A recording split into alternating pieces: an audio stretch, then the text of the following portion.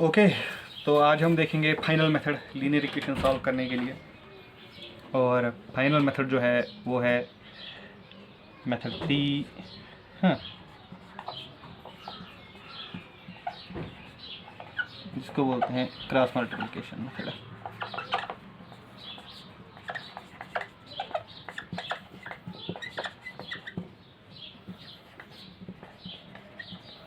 अब ये मेथड भी काफ़ी इंटरेस्टिंग है एक्चुअली।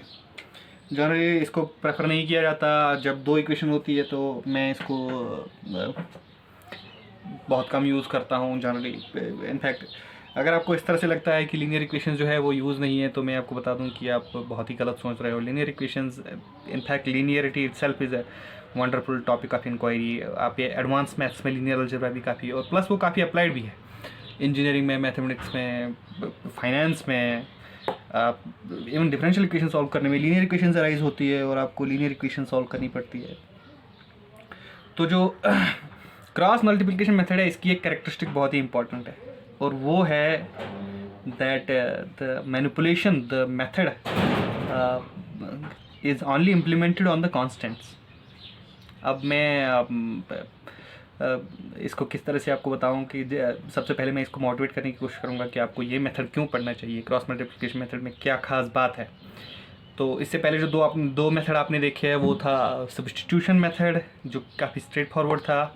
एक इक्वेशन से आप वेरिएबल आइसोलेट करो, दूसरी इक्वेशन में सब्स्टिट्यूट करो, you will gate a linear equation one variable, आप उसको सॉल्व करो। दूसरा था मेथड ऑफ एलिमिनेशन, जिसमें आप directly without isolating a variable आप उसके कॉन्स्टेंट्स, जो उसके कोएफिशिएंट्स है, कांस्टेंट कोएफिशिएंट्स है, उनको बराबर करके आप सीधे दोनों इक्वेशन को सब्ट्रैक्ट करके उसको एलिमिनेट कर देते हो। आपको फिर से एक लीनियर इक्वेशन वन वेरिएबल मिल जाती है और आप उसको सॉल्व करते हो। तो क्रॉस मल्टीप्लिकेशन मेथड क्या है, इससे पहले मैं सबसे पहले आपको एक क्वाड्रेटिक इक्वेशन यहाँ पे लिख के देता हूँ। अब क्वाड्रेटिक इक्वेशन में क्यों लिखूँगा अब मैं आपको बताता हूँ। जब से this is a quadratic equation, this is not linear equation, आपको पता होगा this is a quadratic equation. अब क्वाड्रेटिक इक्वेशन क्या है, say x square plus 5x plus 2 is equal to 0, it's a quadratic equation. अब क्वाड्रेटिक इक्वेशन के भी आपको पता होगा कि मेथड सॉल्व करने के तरीके हैं। एक सिंपल वो है, आप you have to divide the thing, इसको दो पार्ट्स में डिवाइड करके आप फैक्टराइज करो सिंपली और आपको सॉल्व, वो एक मेथड है। और दूसरा मेथड है ये वाला, x is equal to plus minus b plus minus root of b square minus 4ac by 2a, ये मेथड। अब ये मेथड काफ़ी इम्पॉर्टेंट क्यों हो जाता है, क्योंकि आप देखिए कि आपको कुछ करना नहीं, आपको सीधे सीधे इक्वेशन में कांस्टेंट्स देखने हैं, क्या है 1 5 2, and you have to put the constants, you will get the answer. यही है क्रॉस मल्टीप्लिकेशन मेथड की कैरेक्टरिस्टिक। क्रॉस मल्टीप्लिकेशन की कैरेक्टरिस्टिक क्या है कि आपको सीधे सीधे जो मैं कांस्टेंट्स बताऊंगा इक्वेशन के, वो सीधे सीधे आपको फार्मूला में पुट करने हैं, आपको सोल्यूशन मिल जाएगा। ये इसकी इंपॉर्टेंट कैरेक्टरिस्टिक। बेसिकली अगर आपने थोड़ी सी भी प्रोग्रामिंग की होगी, या फिर आपने कहीं पे अगर आप प्रोग्रामिंग तो वैसे मतलब 10th क्लास में आती नहीं है, बट फिर भी अगर जो आप में प्रोग्रामिंग करता होगा, आपको पता चल जाता होगा कि this is the most suitable method for programming, for solving A quadratic equation, क्योंकि इसमें आपको कुछ करना नहीं है। मैनिपुलेशन बिल्कुल सिंपल है।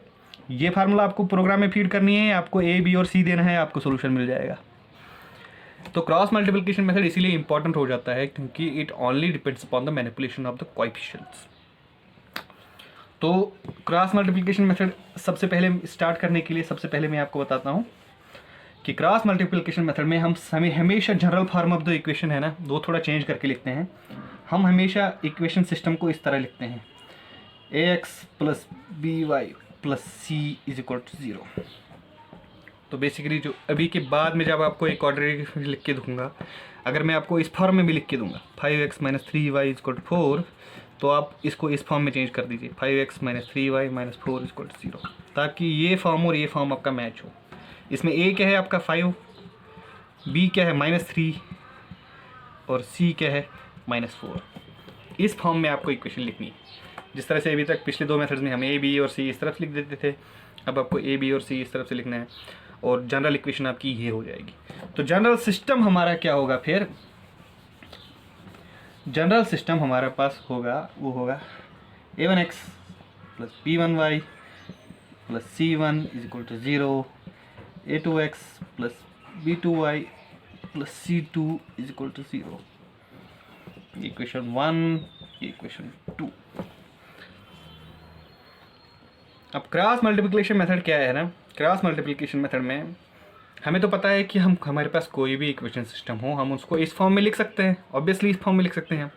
कोई भी दो इक्वेशन हो आपके पास, तो हम सबसे पहले क्या करेंगे, हम इस पे पहले ही एलिमिनेशन करेंगे, जनरल फॉर्म पे ही एलिमिनेशन करेंगे। जनरल फॉर्म पे ही जब हम एलिमिनेशन करेंगे तो हम देखेंगे हमारे पास क्या आंसर आता है। फॉर एग्जाम्पल लेट्स जस्ट, चलो इस y को एलिमिनेट करने की कोशिश करते हैं। यहाँ पे देखिए b1 है, यहाँ पे b2 है, तो मैं इसको मल्टीप्लाई करूँगा इस इक्वेशन को b1 से, इस इक्वेशन को मल्टीप्लाई करूँगा b2 से। तो फाइनली जब मैं एलिमिनेट करूँगा, ये इक्वेशन जो भी बन जाएगी, ये भी इक्वेशन जो भी बन जाएगी, तो फाइनली मेरे पास जो एलिमिनेशन का रिजल्ट आ जाएगा वो कुछ इस तरह से हो जाएगा। फाइनली मेरे पास आ जाएगा b1 a1 b2 a1 ये माइनस b1 a2, ये मेरा x का कोएफिशिएंट हो जाएगा। आप ट्राई करके देख लीजिए। See this is b2 a1, यहाँ पे b1 a2, ये x मिल जाएगा और मैं सब्ट्रैक्ट कर रहा हूँ this into b2 minus this into b1।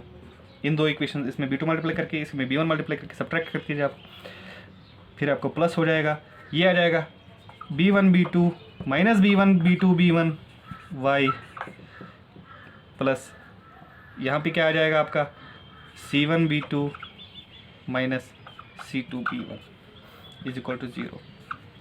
ये आपकी एक ही लीनियर इक्वेशन आ गई। आपको ये सारे वेरिएबल नहीं है, ये तो कोएफिशिएंट्स है। जब आपको कोई सिस्टम दिया रहेगा तो ये तो आपको बताऊँ, मैंने सिंपली क्या किया है, मैंने सिंपली जनरली जो मेरे पास जनरल इक्वेशन सिस्टम है इस फॉर्म में लिख के सीधे सीधे एलिमिनेट ही कर दिया, उसको y को एलिमिनेट कर दिया। तो भले ही चाहे b1 की वैल्यू जो भी हो, b2 की वैल्यू जो भी हो, this term will always be 0 because this is b1 b2 minus b1 b2, doesn't matter b1 की b1 b2 की वैल्यू क्या है, हमने जनरल फॉर्म में ही उसको एलिमिनेट कर दिया। तो फाइनली x, दिस x में लीनियर इक्वेशन आ गई, और लीनियर इक्वेशन को मैं सॉल्व करूँगा तो मेरे पास x आ जाएगा, वो आ जाएगा c2 b1। आप देख लीजिए इस ये उधर चला जाएगा, ये सब माइनस में हो जाएगा, तो c2 ये माइनस हो जाएगा, ये प्लस हो जाएगा, ये माइनस हो जाएगा, minus c1 b2 whole divide by b2 a1 minus b1 a2। तो ये मेरा x की वैल्यू हो जाएगी। मैं इसको थोड़ा आइसोलेट करता हूँ, दिस इज माई x। अब आपको इस मेथड की पावर पता चल गई। इस मेथड में ख़ास बात क्या है, इस मेथड में ख़ास बात ये है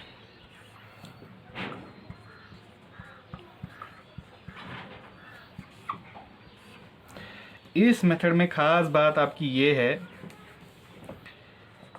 कि एज सून एज, जैसे ही आप दो इक्वेशन इस फॉर्म में लिखेंगे, आप सीधे सीधे x की वैल्यू निकाल सकते हो, आपको कुछ करना नहीं। इसीलिए काफ़ी लोगों को ये मेथड काफ़ी इजी पड़ जाता है। इनफैक्ट प्रोग्राम में डालने के लिए, अगर आपको प्रोग्राम लिखने हैं तो ये मेथड तो सबसे इजी है कोड करने के लिए। बाकी ये प्रोग्राम मैं बोल रहा हूँ कि इसको इम्प्लीमेंट करने के लिए काफ़ी इजी है। बेसिकली आपको कोई दो इक्वेशन देगा, आपको इस फॉर्म में लिखने हैं, a1 b1 c1 निकालना है, a2 b2 c2 निकालना है, इसमें डालना है x आ जाएगा, दैट्स इट। फिर आप इसी x को अगर आप इस इक्वेशन में डालेंगे तो आप देखेंगे कि आपका y भी कुछ इसी फॉर्म में आ जाएगा। तो y की आपकी फॉर्म आ जाती है c1 a2 minus c2 a1, c1 a2 minus c2 a1 divide by a1 b2 minus a2 b1, same a1 b2 minus a2 b1। ये देखिए ये मेथड कितना कंसेप्चुअली कितना इजी हो जाता है। फाइनली आपके पास दो इक्वेशन है, आपने कैलकुलेटर में ये पुट करके रखा है बेसिक, या कंप्यूटर में ये पुट करके रखा है। आप a1 इज देंगे, a1 is equal to 5, b1 is equal to 3, c1 is equal to minus 2, a1 is equal to a2 is equal to 2, b1 is equal to 4, c2 is equal to x, और y pop out होके आ जाएगा। ये आपका solution है। यही मैं बता रहा था कि इसकी सिमिलैरिटीज़ क्यों है उस क्वाड्रेटिक इक्वेशन से, क्योंकि क्वाड्रेटिक इक्वेशन की भी अलग अलग तरीके सॉल्व करने के, कुछ में आपको खुद मैनिपुलेट करके एक लेवल तक पहुंचाना होता है, फिर आप सॉल्यूशंस रीड कर सकते हैं। लेकिन इस मेथड में आप सीधे सीधे कोएफिशिएंट्स यहाँ पे डाल के आप x1 और x2 रीड कर सकते हैं। अब देख लीजिए, मतलब आप इसको थोड़ा सा अगर आप इस पर सोचेंगे कि ये क्यों कंप्यूटर में ये मेथड ईजी हो जाता है, क्योंकि मैं कंप्यूटर में क्या लिखूँगा, कंप्यूटर में लिखूँगा मैं कि A1 वेरिएबल रखूँगा, B1 वेरिएबल रखूँगा, C1 वेरिएबल रखूँगा, A2 वेरिएबल रखूँगा, B2 वेरिएबल रखूँगा, C2 वेरिएबल रखूँगा। फिर उसके बाद लिखूँगा ये फार्मूला इनपुट करूँगा, y is equal to C1A2 minus C2A1 divide by A1B2 minus A2B1। ये y is equal to x is equal to ये रखूँगा। फिर उसके बाद मैं क्या करूँगा, उसके बाद जो भी आपकी A1 की वैल्यू हो, B1 की वैल्यू हो, C1 की वैल्यू हो, A2 की वैल्यू हो, B2 की, वो पुट करूँगा। x और y सीधे सीधे साफ साफ मेरे सामने आ जाएंगे, राइट। और यहाँ पे देख लीजिए, यहाँ पे क्या है, यहाँ पे क्या है ये ट्रिकी। अगर नहीं, आप पहले उस पर ध्यान मत दीजिए, वो तो फिर बाद में आपको खुद पता चल जाएगा। आप बस इसको सॉल्व करने की कोशिश कीजिए। इस तरह से कोई भी इक्वेशन सेट आप ले लीजिए। से मैं एग्जांपल यहाँ पे लिखूँगा आपके से x plus y is equal to 4, x minus y is equal to 1। मैं इसको जनरल फॉर्म में लिखूँगा, this is x plus y minus 4 is equal to 0। इस जनरल फॉर्म में जो हम इस मेथड में यूज़ कर रहे हैं, x minus y minus 1 is equal to 0। ये मेरा A1 है, A2 है, B1 है, C1 है। तो क्या है, A1 is equal to 1, B1 is equal to 1, C1 is equal to minus 4, A2 is equal to 1, B2 is equal to minus 1 और C2 is equal to minus 1। सीधे आप A1 इनकी वैल्यू यहाँ पे पुट कीजिए, सीधे आप इनकी वैल्यू यहाँ पे पुट कीजिए। आपको सॉल्व करने की कोई ज़रूरत नहीं है, आपको सीधे सीधे सोल्यूशन मिल जाएगा। ये है क्रॉस मल्टीप्लिकेशन मेथड। बेसिकली हम जनरल फॉर्म ऑफ इक्वेशन थोड़ा सा चेंज करके उसी को सीधे एलिमिनेट कर देते हैं, और जो हमें वेरिएबल्स की फॉर्म में आ जाती है हम उसको अपने याद रख लेते हैं, या फिर कहीं पे लिख सकते हैं, या फिर कहीं पे प्रोग्राम करके रखते हैं, सीधे सीधे फिर उसका वो आ जाता है। तो जनरली एग्ज़ाम में हम इसको कैसे करते हैं या फिर उसमें कैसे करते हैं, इसको याद रखने का तरीका क्या है। याद रखने का तरीका इसको सिंपल ये है। आप बोलेंगे कि इसको थोड़ा याद रखने में ट्रबल है, तो याद रखने का तरीका आपके मेथड नोट्स में दिया हुआ है कि इस तरह से दिया हुआ है कि जब भी आपके पास कोई दो इक्वेशन हो तो उन दो इक्वेशन में आपको क्या करना है। सबसे पहले आपको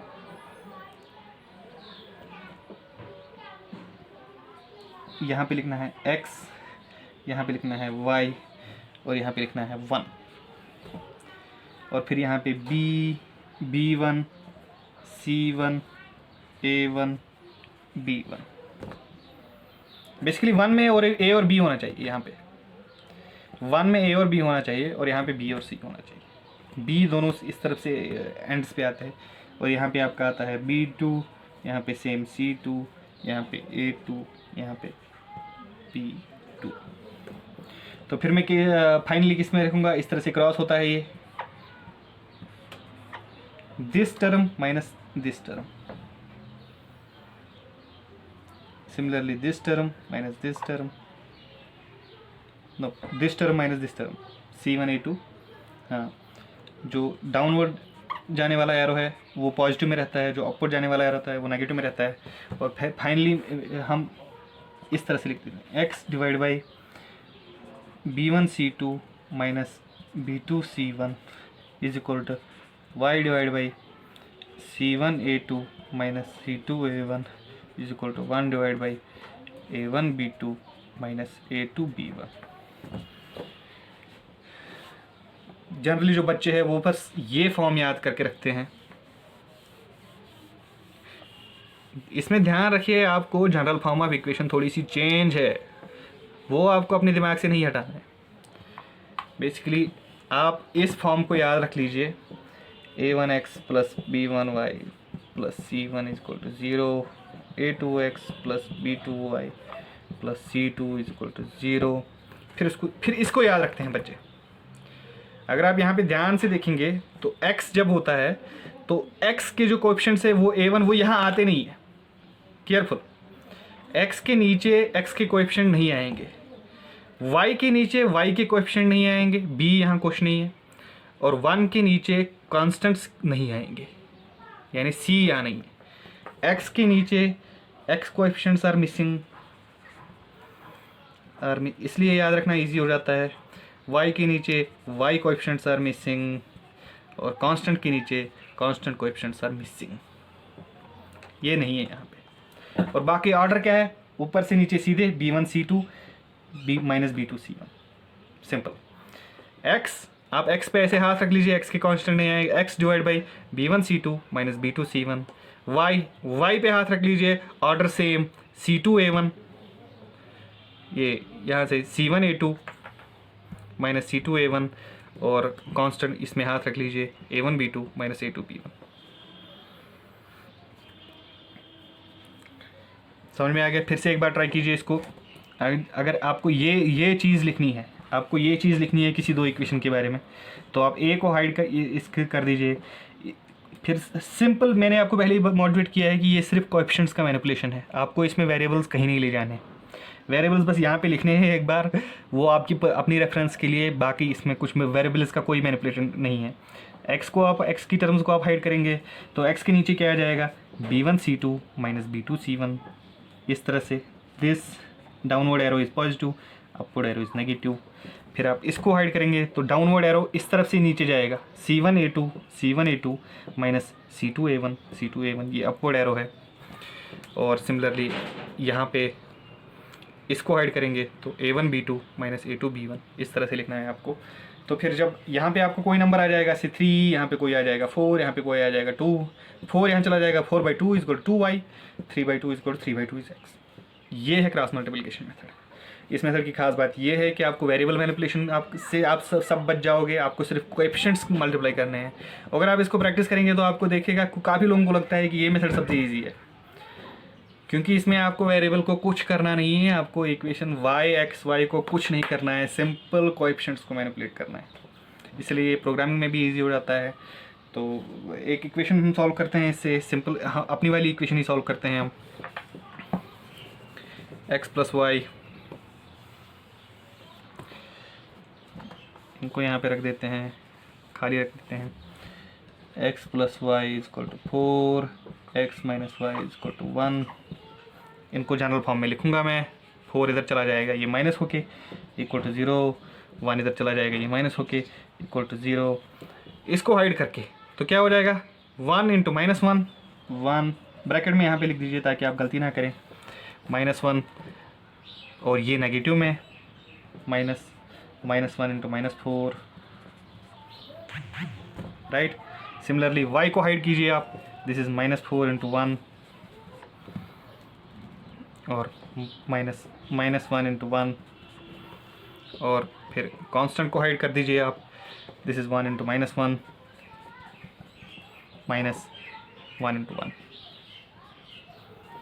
आप इसको सॉल्व कर दीजिए, आप देखिए ये -1 हो जाएगा, ये माइनस प्लस हो जाएगा, प्लस, और फिर माइनस, ये -1 -4, यानी x डिवाइड बाई टोटल हो जाएगा -5। सिमिलरली आप इसको कीजिए, ये -4, ये माइनस, ये माइनस और माइनस होके +1, यानी -3, और यहाँ पे आ जाएगा आपका ये 1 -1 ये हो जाएगा -2। तो x - 1,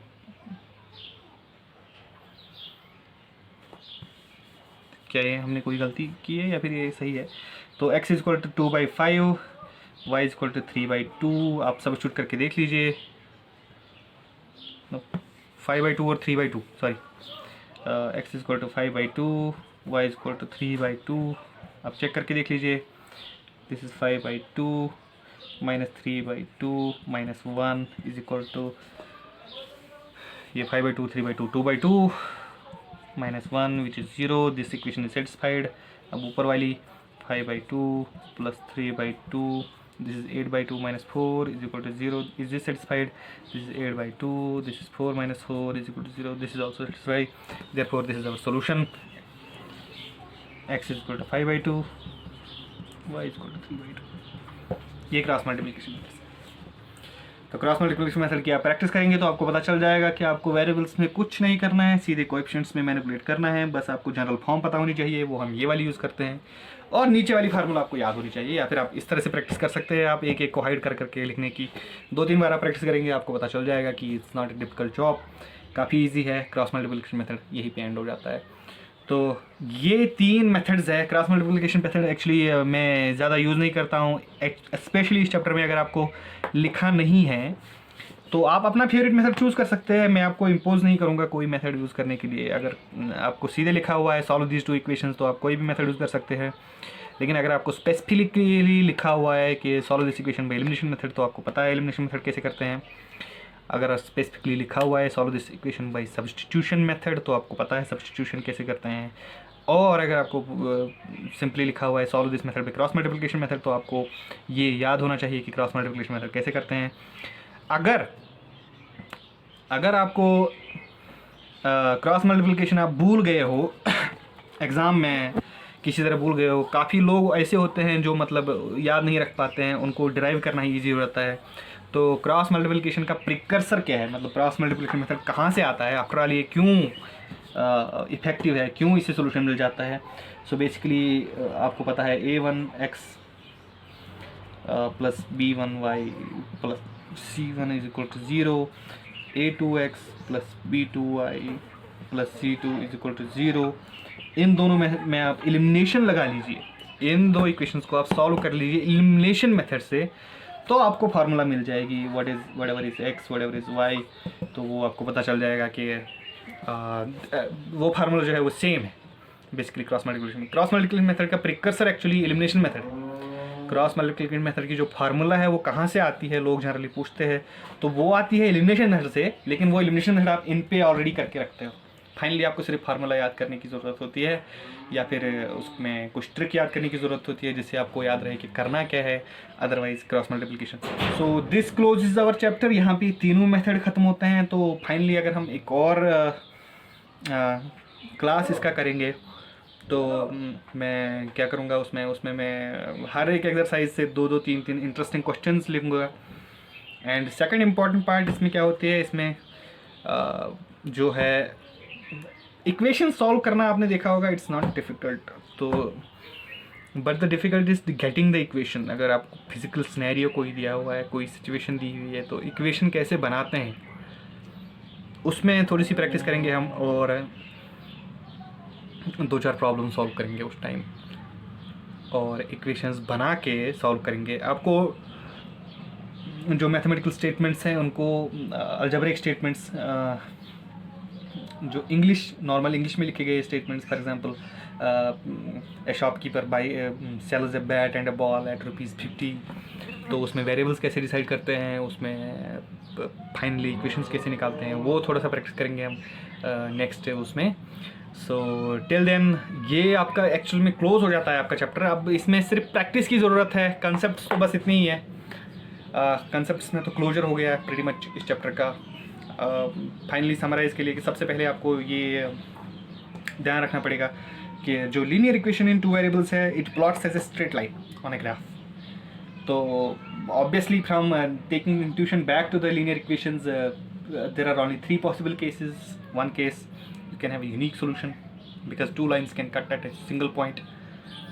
Then you can have no solution at all. There will be 2 parallel lines which will never meet. And the final case is the 2 lines will be coincident, जिसमें infinitely many solutions होंगे। और फिर उनको solve करने का, solution निकालने का क्या मेथड है। द थिंग इज़ कि अगर आप ये मेथड्स यूज़ करेंगे ना कुछ उन केसेस में, फॉर एग्जांपल अगर आप कोई सब्स्टिट्यूशन मेथड यूज़ करेंगे से इस केस में कि जिसमें कोई सोल्यूशन नहीं हो, तो आपको क्या मिलेगा वो इम्पॉर्टेंट है। तो फॉर एग्जांपल अगर आप 2 इक्वेशंस पे सब्स्टिट्यूशन मेथड यूज़ करेंगे जिनका कोई सोल्यूशन नहीं है, तो क्या होता है। तो generally if you have infinitely many solutions you will gate trivial equality. ये आप याद रख लीजिए, ये पॉइंट ये आपको काफ़ी गाइड करेगा। जनरली इसमें लोग कंफ्यूज हो जाते हैं। So if you have 2 equations with no solution और आप उनको सॉल्व करने की कोशिश कर रहे हैं, सो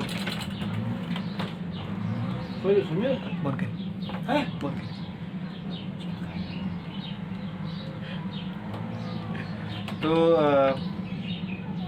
फॉर एग्जांपल अगर आपके पास एक सिस्टम है equation which has no solution और आप उसको सॉल्व करने की कोशिश करेंगे सब्स्टिट्यूशन मेथड से, so you will get something like 1 = 1 और 0 = 0 और 3 = 3. नहीं, ये नो सोल्यूशन में नहीं होगा. नो सोल्यूशन में आपको you will get an absurdity. If you have no solution you will get something like, if you have no solution and you want to impose elimination method, you will get something like 5 = 8, which is obviously not true. That means there is no solution. And if you have infinitely many solutions, then you will get a trivial equality. You will get something like infinitely many solutions case में आपको 1 = 1, 2 = 2, 0 = 0, इस तरह से कुछ आ जाएगा. तो ये आपको थोड़ा सा हिंट देना चाहिए कि किस तरह से अगर आपको एलिमिनेशन मेथड करके आपने एक वेरिएबल को एलिमिनेट किया और दूसरा वेरिएबल भी एलिमिनेट हो गया और आपको 0 = 0 मिल गया, तो that means it has infinitely many solutions. और अगर दूसरा वेरिएबल भी एलिमिनेट हो गया लेकिन 0 = 13 आ गया, तो that means it has no solution. So अगर आप ट्रिवियल इक्वालिटी आपको मिल जाती है, so which is strong likelihood of infinitely many solution. अगर ट्रिवियल एब्सर्डिटी आ गई आपके पास, मतलब something which is obviously false, जो कभी हो नहीं सकता, तो दैट मीन्स नो सॉल्यूशन. तो ये आप याद रख लीजिए. और नेक्स्ट अगर हम एक छोटा सा सेशन लेंगे उसमें मैं आपको इक्वेशंस डेवलप करना सिखाऊंगा और थोड़े से इन मेथड्स का एप्लीकेशंस भी सिखाऊंगा. So that's it, that's all for this chapter. This closes the linear equations. अगर दूसरा वो हो गया, अगर अदरवाइज आप खुद भी प्रैक्टिस कर सकते हो. इक्वेशंस डेवलप करना actually it's not, it's basically आप इंटरप्रेट कर सकते हो मैथमेटिकल स्टेटमेंट्स को या नहीं, तो वो वैसे भी सिखाने पे तो मुश्किल ही है उसको किसी तरह से इम्पोज करना, क्योंकि equations arise in all sorts of scenarios. तो आप उसको खुद प्रैक्टिस करेंगे तो आप समझ जाएंगे. Till then, okay, bye, see you letter.